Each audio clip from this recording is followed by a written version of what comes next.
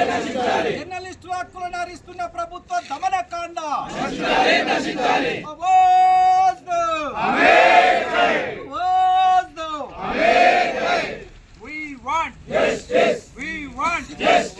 రద్దు చేయాలి 252 జీవోను వెంటనే రద్దు చేయాలి 252 జీవోను వెంటనే అమలు చేయాలి 239 జీవోను వెంటనే అమలు చేయాలి 239 జీవోను వెంటనే రద్దు చేయాలి 252 జీవోను వెంటనే We want justice. We want justice. We want justice. We want justice. We want justice. We want justice.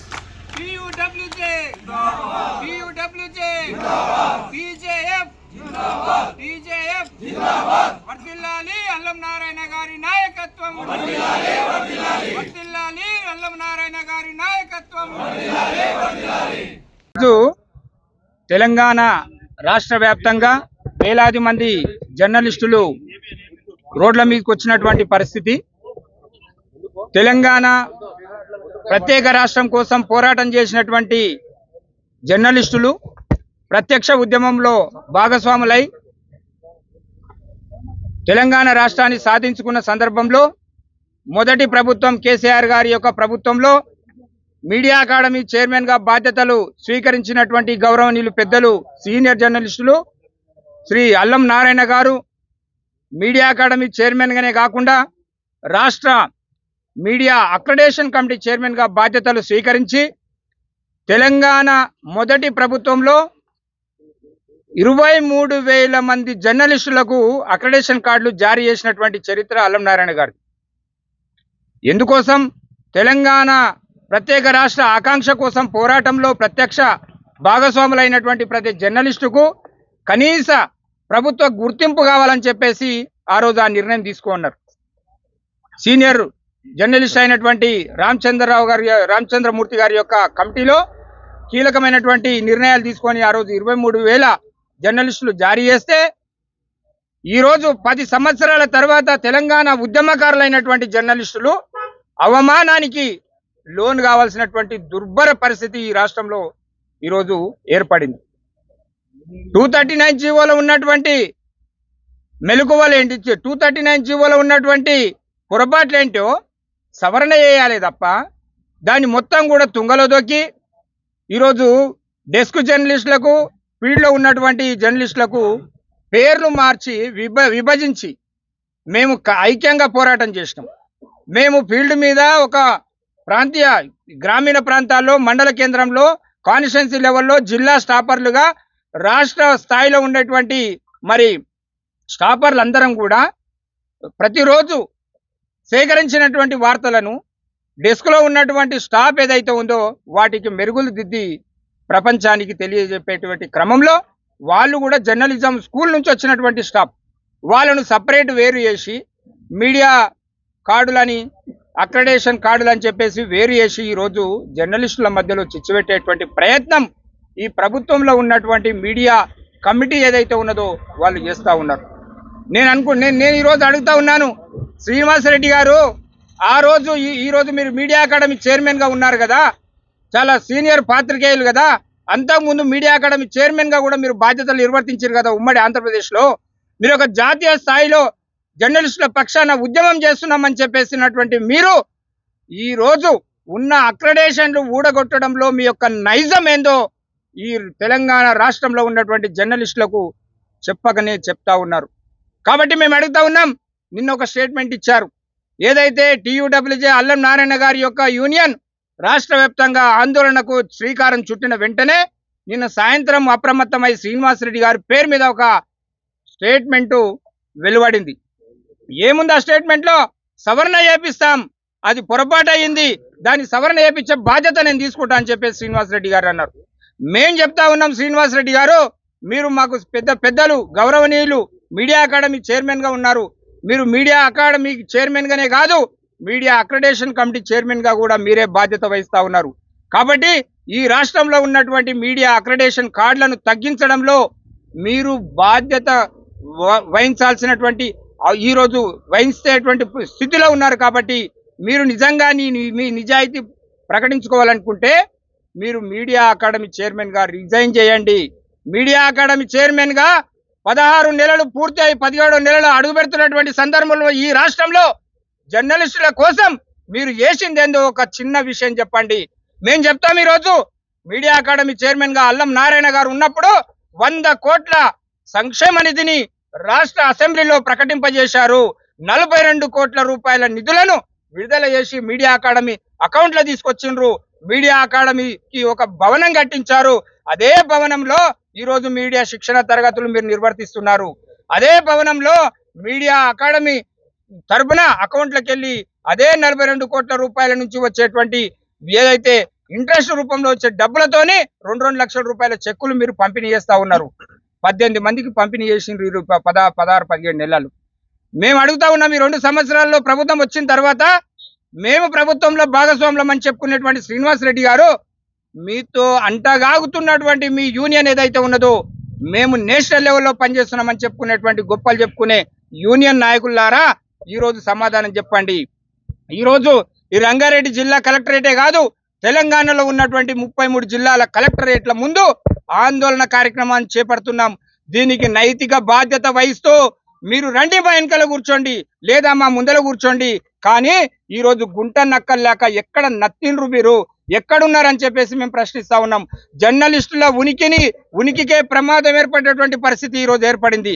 కనీస గుర్తింపు కార్డుకు నోచుకోలేనటువంటి దుస్థితిలో తెలంగాణ రాష్ట్ర ఉద్యమంలో పాల్పడినటువంటి సీనియర్ జర్నలిస్టులకు ఈరోజు ఇంత పెద్ద అవమానం అనేది దీన్ని భరించము. అవసరమైతే జర్నలిస్టుల ఆత్మగౌరవ పోరాటం మరో పోరాటం చేసేటువంటి అవసరం ఈరోజు ఏర్పడిందంటే మొత్తం కూడా రోడ్ల మీదకి రావడానికి TUWJ TJF అనుబంధ సంస్థ మేము సిద్ధంగా ఉన్నాం. ఈరోజు అల్లం నారాయణ గారి యొక్క సారథ్యంలో, మారుతి సాగర్ గారి యొక్క నాయకత్వంలో రాష్ట్ర వ్యాప్తంగా జర్నలిస్టులు మొత్తం కూడా రోడ్ల మీదకి వచ్చిండ్రు. బిడ్డ మేము చెప్తా ఉన్నాం, రాష్ట్ర ప్రభుత్వానికి కూడా మేము ఒక సూచన చేస్తా ఉన్నాం. అయ్యా, మీ దృష్టికి వచ్చిందో లేదో మాకు తెలియదు, రాష్ట్ర ముఖ్యమంత్రి గారి దృష్టికి ఇది విషయం ఉందో లేదో తెలియదు. కాబట్టి మేము మీడియా అకాడమీ చైర్మన్ గా మీడియా అక్రెడిటేషన్ కమిటీ వాళ్ళని మాత్రమే మేము ప్రశ్నిస్తా ఉన్నాం. మీరు చేస్తున్నటువంటి దుర్మార్గాలను ఇకనైనా ఆపండి. 252 జీవోను వెంటనే రద్దు చేయాలి. 239 జీవోను ఏదైతే ఉందో అవసరమైతే కొనసాగించాలి. లేదంటే 252 జీవోను రద్దు చేసి జర్నలిస్టులకు 23,000 అక్రెడిటేషన్లు కాదు, గత 10-12 సంవత్సరాలుగా ఈ రాష్ట్రంలో ఇంకా జర్నలిస్టుల సంఖ్య పెరిగింది. ఎంత దౌర్భాగ్యం అండి. ఈరోజు ఈనాడు, సాక్షి, ఆంధ్రజ్యోతి, వార్త, సూర్య ఇట్లాంటి మీడియా లీడింగ్ పేపర్లు ఏవైతే ఉన్నాయో, నమస్తే తెలంగాణ లాంటి పేపర్లలో కూడా 1,00,000 జనాభాకు ఒక గుర్తింపు కార్డు, ఒక జర్నలిస్టు ఉండాలని చెప్పేసి ఆ రోజు మీడియా అకాడమీ చైర్మన్ అల్లం నారాయణ గారు ఆలోచించి 23,000 జర్నలిస్టులకు అక్రెడిటేషన్లు ఇస్తే ఈరోజు మీరు అడ్డగోరిగా కోత పెట్టి ఈరోజు మండలానికి ఒకటి, కాన్స్టిట్యున్సీకి ఒక మీడియా, ఎలక్ట్రానిక్ మీడియాకు కాన్స్టిట్యున్సీకి ఒకటి, ఏదైతే ప్రింట్ మీడియాకు మండలానికి ఒకటి. మరి ఈ అర్బన్ ఏరియాలో హైదరాబాద్ చుట్టూతా ఉన్నటువంటి షేర్లింగంపల్లి, ఎల్బీ నగర్, ఇక్కడ ఇబ్రహీంపట్నం, మహేశ్వరం లాంటి కాన్స్టిట్యున్సీలో, రాజధాని లాంటి పెద్ద పెద్ద కాన్స్టిట్యున్సీలో ఒక మండలం ఒక కాన్స్టిట్యున్సీ అయింది, ఒక మండలము ఒక కాన్స్టిట్యున్సీ అయింది. అంటే ఆ కాన్స్టిట్యున్సీ మొత్తం కలిపి ఒక కార్డు ఇస్తారా? మరి ఈరోజు ఈనాడు, సాక్షి, ఆంధ్రజ్యోతి ఏదైతే లీడింగ్ పేపర్లో ఉండేటువంటి జర్నలిస్టులు కూడా మీరు ఆలోచించాలి. ఈరోజు పెద్ద ఎత్తున డెస్క్ జర్నలిస్టులతో పాటు ఫీల్డ్ పనిచేసేటువంటి జర్నలిస్టులు అందరూ కూడా జట్టు కట్టాలి. ఈ ప్రభుత్వ వైఖరిని మనం నిరసించాలి. మేము పిలుపునిస్తా ఉన్నాం. రంగారెడ్డి జిల్లాలో ఈ యొక్క 252 జీవోను రద్దు చేసే వరకు ఈ ఉద్యమాన్ని మాత్రం కొనసాగిస్తాం. జర్నలిస్టుల హక్కుల సాధన కోసం ఏ పోరాటం అయితే చేసినామో, జర్నలిస్టుల హక్కులను కాల రాస్తే సహించము. అందుకే భవిష్యత్తు కార్యాచరణ చాలా పర్ఫెక్టే ఉంటది. ఈ ప్రభుత్వము వెంటనే ఆలోచించాలి. జర్నలిస్టుల సంక్షేమం కోసం పనిచేస్తున్నారా, జర్నలిస్టుల హక్కులను కాలరాసి మీ యొక్క గుప్పెట్లో పెట్టుకోవాలని గుత్తాధిపత్యం వహించడం కోసం ప్రయత్నం చేస్తున్నారా? ఈరోజు ప్రభుత్వం, ముఖ్యమంత్రి గారు, సమాచార శాఖ మంత్రి గారు కూడా చెప్పాల్సినటువంటి అవసరం ఉంది. నేనైతే డిమాండ్ చేస్తా ఉన్నా, ఈరోజు శ్రీనివాస్ రెడ్డి గారు, మీరు మీడియా అకాడమీ చైర్మన్ గా రిజైన్ చేసి ఉద్యమంలోకి రండి. మీ నిజాయితీని మేము నమ్ముతాం, మీరు శంకించాం మేము. కానీ మీరు మీడియా అకాడమీ చైర్మన్ గా ఉంటూ 252 జీవోను యథావిధంగా కొనసాగిస్తే మాత్రం తప్పకుండా చరిత్రలో మీకు మాత్రం పెద్ద మరకని ఉంటది. మీరు ఒక చరిత్రహీనులుగా ఉండాల్సినటువంటి పరిస్థితి ఏర్పడుతుంది. అట్లాంటి దుస్థితిని మీరు తెచ్చుకోవద్దని చెప్పేసి సూచన చేస్తూ టీయూడబ్ల్యూజే అల్లం నారాయణ గారి నాయకత్వం కొనసాగించాలి. 239 జీవోను కొనసాగించాలి. 239 జీవోను రద్దు చేయాలి. 252 జీవోను రద్దు చేయాలి. 252 జీవోను ఓకే. జర్నలిస్టు మిత్రులకు అందరికీ నమస్కారం.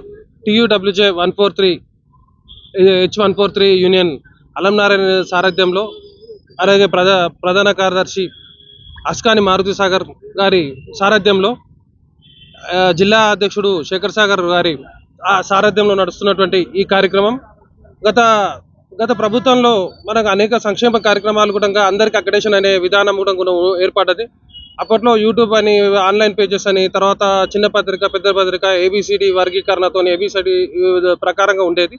ఆ వర్గీకరణ ప్రకారంగా దాదాపు మెజార్టీగా అంటే గతంలో 2014 కంటే ముందు ఉమ్మడి ఆంధ్రప్రదేశ్లో ఏదైతే ఉన్నదో, ఏదైతే అక్రెడిటేషన్స్ ఉన్నాయో, అంతకంటే తెలంగాణ వచ్చినాకనే 100% జర్నలిస్టులకు న్యాయం జరిగింది.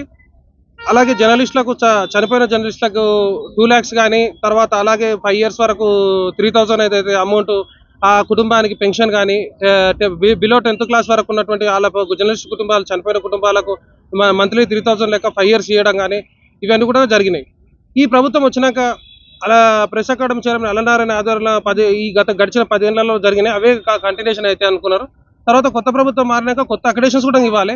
కొత్త అక్రెడిటేషన్స్ ఇవ్వకుండా 252 జీవో తీసుకొచ్చి దాంట్లో సవరణలను పెట్టి చిన్న పెద్ద అక్రెడిటేషన్స్ తీసేసేసి, తర్వాత రాష్ట్రంలో కొన్ని పత్రికలకు 33 జిల్లాలకు 10 ఇస్తామని, 20 ఇస్తామని చెప్పి కొన్ని క్యాల్కులేషన్స్, కొన్ని విద్యా నిబంధనలు. కొంతమంది విద్యావంతులు ఇప్పుడు వస్తున్న జర్నలిస్టులు, నూతన జర్నలిస్టులు 10-15 సంవత్సరాలు వస్తున్న వాళ్ళు మాత్రమే విద్యావంతులు. అంతకుముందు ఉన్న వాళ్ళు 10th class, ఇంటర్మీడియట్, తర్వాత బిలో 10th కూడా ఉన్న వాళ్ళు చాలా మంది ఉండేది. ఆ కాలంలో అదే ఎడ్యుకేషన్ పెద్దది ఉండేది. ఇప్పుడు 40 ఏళ్ళు చేస్తున్న కూడా పరిస్థితి, ఈ డిగ్రీ పెట్టండి కాన్స్టిట్యూన్సీ అయితే, ఇంటర్ పెట్టండి కాన్స్టిట్యూన్సీ అయితే అని చెప్తే, ఇప్పుడు ఇంటర్ ఎడికని తెస్తారు, డిగ్రీలు ఎడికని తెస్తారు, అందరు తేలేరు.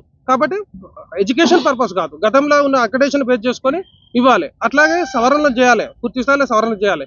ఈ రోజు రాష్ట్ర వ్యాప్తంగా 33 జిల్లాలలో కూడా ఈ యొక్క కలెక్టరేట్లకు ముందు ఆందోళన చేసి కలెక్టర్లకు వినతి పత్రాలు ఇవ్వడం జరుగుతుంది కాసేపట్లో.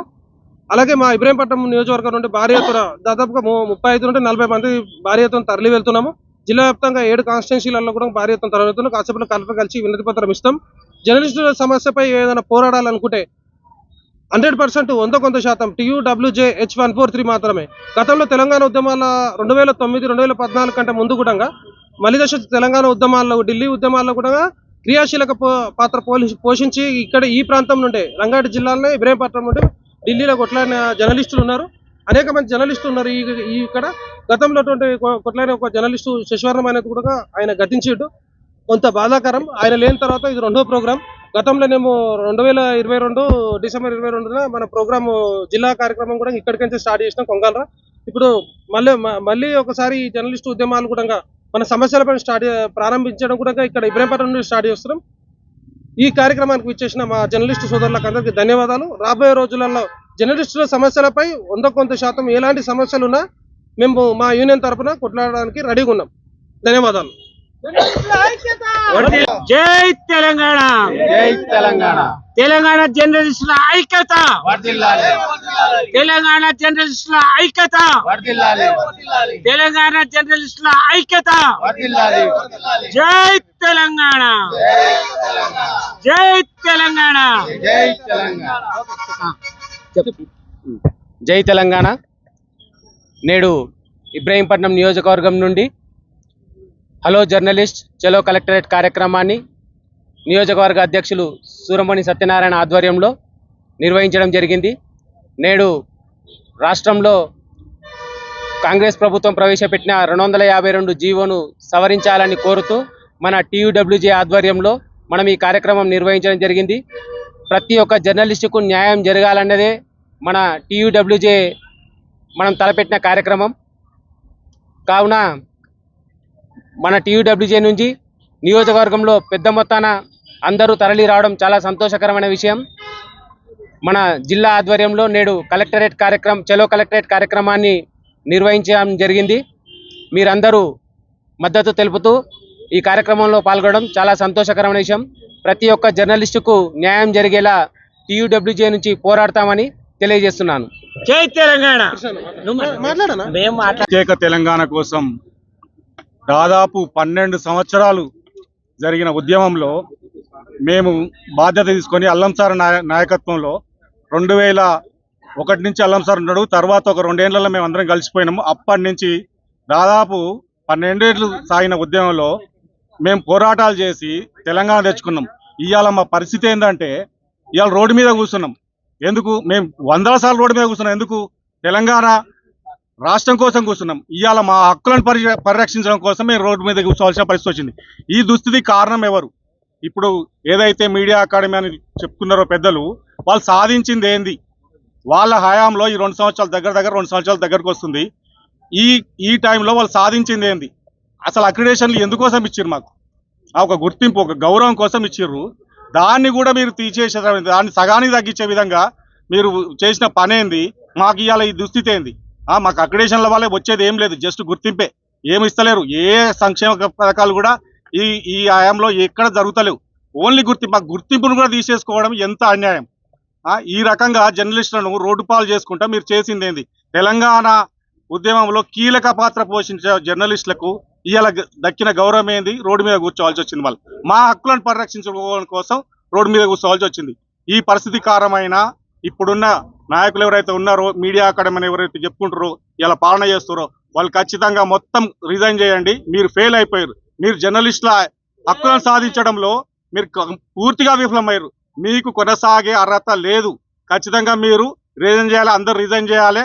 అందరూ వచ్చి రోడ్డు మీద కూర్చుందాం, పోరాడదాం, మన హక్కులను సాధించుకుందాం. మీ వల్ల కాదు, మీరు నాయకత్వం చేయలేరు. అందరూ వచ్చి రోడ్ల మీద కూర్చుందాం. అసలు ఎట్లా వస్తాయో జర్నలిస్టులకు ఎలా సంక్షేమ పథకాలు అమలు చేయించాలో మాకు తెలుసు. మీరు రండి, మాతో కలిసి రండి, అందరం కలిసి సాధించుకుందాం.